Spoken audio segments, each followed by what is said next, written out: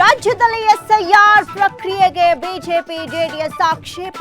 ಮುಖ್ಯ ಚುನಾವಣಾಧಿಕಾರಿಗೆ ಮೈತ್ರಿ ನಾಯಕರ ದೂರು, ದೋಸ್ತಿ ನಾಯಕರಿಗೆ ಕೈ ನಾಯಕರ ಕೌಂಟರ್.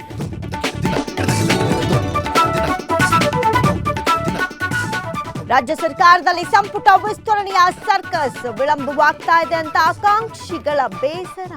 10 ರಿಂದ 15 ದಿನಗಳಲ್ಲಿ ವಿಸ್ತರಣೆಯಾಗುತ್ತೆ ಎಂದ ಸಚಿವ ಎಂಬಿ ಪಾಟೀಲ್. ರಾಜ್ಯದ ಹಲವೆಡೆ ಚುರುಕುಗೊಂಡ ಮಳೆ, ಬರುಣಾರ್ಭಟಕ್ಕೆ ನದಿಗಳಿಗೆ ಜೀವಕಳೆ.